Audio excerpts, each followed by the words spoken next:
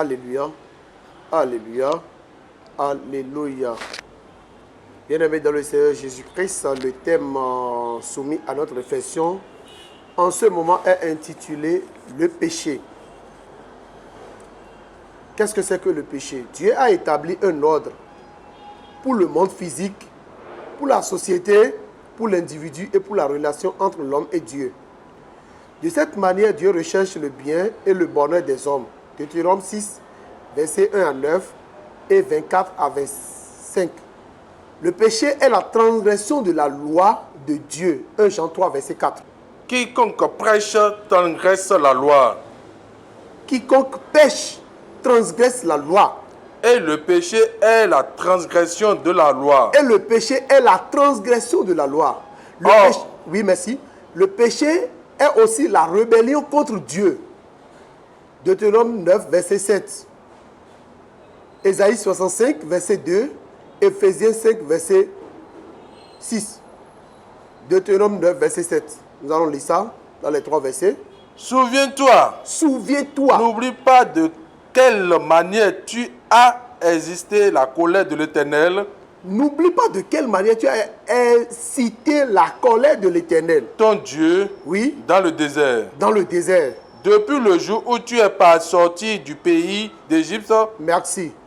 Le péché est également le mépris de Dieu et de son amour. Romains 2, verset 4. Le mépris de Dieu et de son amour. Romains 2, verset 4. Verset 4. Où méprises-tu les richesses de sa bonté? Où méprises-tu les richesses de sa bonté? De sa patience et de la longanimité? Ne reconnaissant pas que la bonté de Dieu te pousse à la repentance. Merci. C'est également le rejet de Jésus-Christ. Jean 16, verset 9 et Jean 3, verset 19. En ce qui concerne le péché, parce qu'il ne croise pas en moi. Parce qu'il ne croise pas en moi. La justice, parce que je vais au Père. Parce que je vais au Père. Et que vous ne me verrez plus. Merci. Quelle est alors l'origine du péché dans le monde? Le péché est entré dans le monde par l'acte de désobéissance d'Adam et de Ève au commandement de Dieu. Genèse 2, verset 16-17, Genèse 3, 1 à 6, Romains 5, 12. Si tel est le cas, nous allons voir l'universalité du péché. Le péché est universel et héréditaire. Romains 3, verset 23. Romains 5, 12. Éphésiens 2, verset 3. Nous allons lire Romains 3, verset 23. Et Romains 8, verset 19 à 21. Car tous ont péché. Car tous ont péché.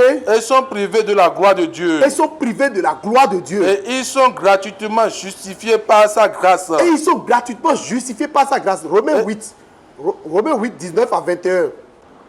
Aussi la création attend-elle avec un ardeur désir la révélation des fils de Dieu. Oui. Car la création a été soumise à la vanité, non de son gré, mais à cause de... Tout être humain manifeste sa nature de péché en n'aimant pas Dieu. Violation du plus grand commandement. Matthieu 22, verset 37 à 38. Matthieu 22, verset 37 à 38. Jésus lui répondit. Tu aimeras le Seigneur. Ton Dieu. De tout ton cœur. De toute ton âme. Et de toute ta pensée. C'est le premier et le plus grand commandement.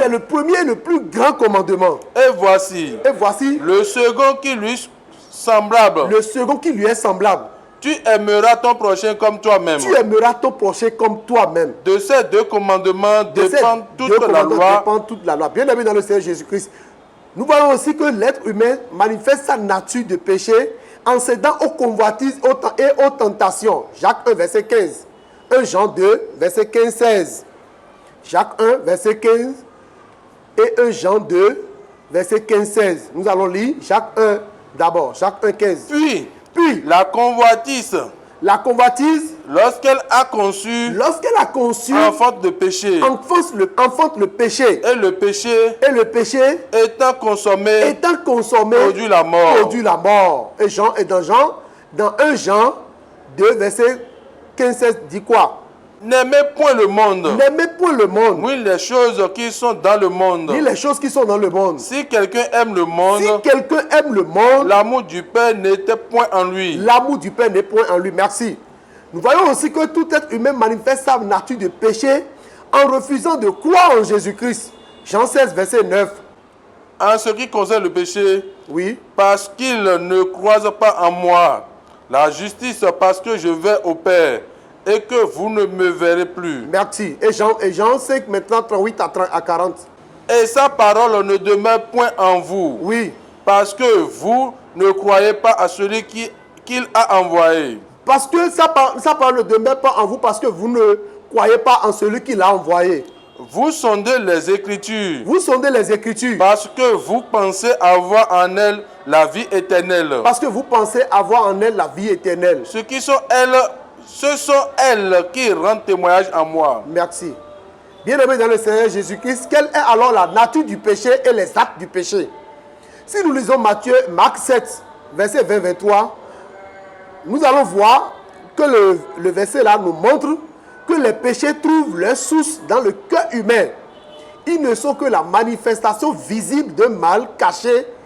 La Bible l'appelle le péché. Il faut différencier la nature du péché qui pourrait être comparée à un arbre. Romains 6, verset 16-17.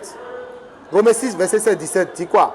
Ne savez-vous pas Oui. qu'en vous livrant à quelqu'un comme esclave Oui, pour lui obéir, Oui. vous êtes esclave de celui qui vous a obéi, En que fait- vous obéissez. en vérité, oui.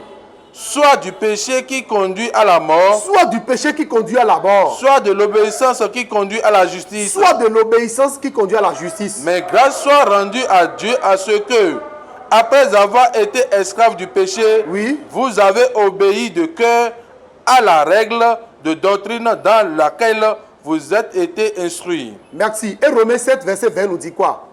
Et si Oui. je fais ce que je ne veux pas, Et si je fais ce que je ne veux pas, nous Je sommes en ne- train de voir, nous sommes en train de dire qu'il faut faire la différence et qu'il faut différencier la nature du péché qui pourrait être comparée à un arbre. Maintenant, l'apôtre Paul dit, et si je fais ce que je ne veux pas, oui, ce n'est plus moi qui le fais. ce n'est plus moi qui le fais, C'est le péché qui habite en moi. mais c'est le péché qui habite en moi. Je trouve donc en moi cette foi-loi. Quand Oui. je veux faire le bien, Oui. le mal est attaché à moi. Merci. Et à ce titre, tous les hommes sont égaux. Tous ont péché et sont privés de la gloire de Dieu. Et c'est ce que l'apôtre Paul nous dit dans Romains 3, verset 3. Il faut aussi différencier les actes du péché qui pourraient être comparés aux fruits de ce mauvais arbre. Colossiens 3 maintenant, verset 5 à 8. Colossiens 3, verset 5 à 8. Et Galates 5, verset 19 à 21. Il faut différencier les actes du péché qui pourraient être comparés aux fruits de ce mauvais arbre. Parmi lesquels vous marchiez autrefois, Oui, parmi lesquels vous marchez autrefois, lorsque vous vivrez dans vos sept péchés. lorsque vous, oui, dans vos péchés, oui. Mais maintenant, Mais maintenant, renoncez à toutes ces choses, renoncez à toutes ces choses, à la colère, à la colère, à l'animosité, à l'animosité, à la méchanceté, à la méchanceté, à la calomnie, à la calomnie. aux paroles déshonnantes qui pourraient sortir de votre bouche. Merci. Et c'est pourquoi nous avons vu les œuvres de la chair dans Galates 5, verset 19 à 21, que nous n'allons pas lire. Et si nous savons que le nombre et le caractère de ces fautes diffèrent d'une personne à l'autre. Et ici, il faut savoir que le nombre et le caractère de ces fautes diffèrent d'une personne à l'autre. Quelles sont alors les conséquences du péché? Comme conséquence du péché, nous pouvons, entre autres, citer l'existence du péché entraîne de très lourdes conséquences. 1. La rupture de la relation avec Dieu, la mort spirituelle et la mort physique. Éphésiens 2, versets 1 à 3, Genèse 5, 5. La condamnation sous le jugement de Dieu. Matthieu 25, verset 46. Jean 3, verset 36. Nous allons lire Matthieu 25, verset 46. Matthieu 25. Et ceux-ci iront au châtiment éternel, Et ceux-ci iront au châtiment éternel. mais les justes à la vie éternelle. Merci. La condamnation sous le jugement de Dieu. Maintenant, les souffrances morales et physiques, comme nous connaissons déjà dans Genèse 3, verset 10 16 et 19. Romains 8, 20 à 23. L'obscurcissement de l'intelligence et l'obscurcissement moral. Éphésiens 4, verset 17-18 que nous allons lire. Et Romains 1, verset 2. Ayant perdu tout sentiment, Ayant perdu tout sentiment, ils se sont livrés à la dissolution ils se sont livrés à la dissolution pour commettre toute espèce d'impureté toute espèce d'impureté jointe à la cupidité. jointe à la cupidité. Mais vous, Ce n'est pas ainsi que vous avez appris Christ, n'est pas ainsi que vous avez appris Christ, mais du moins vous l'avez entendu. mais du moins vous l'avez entendu. Et si, Conformément à la vérité qui est en Jésus, oui, c'est en lui que vous avez été instruits à vous dépouiller. merci. Bien-aimés dans le Seigneur Jésus-Christ, nous pouvons essayer de voir un peu le remède au péché. Si nous avons vu les conséquences du péché, quel est alors le remède au péché? Dieu a donné son Fils unique pour sauver le pécheur. Jean 3, verset 16. Dieu a tant aimé le monde qu'il a donné son Fils unique afin que quiconque croit en lui ne périsse point, mais qu'il ait la vie éternelle. 1 Jean 4, verset 10. Nous allons lire maintenant 1 Jean 4, verset 10. Qui nous dit quoi? Celui qui aime son frère demeure dans la lumière, et aucune occasion de chute n'est en lui.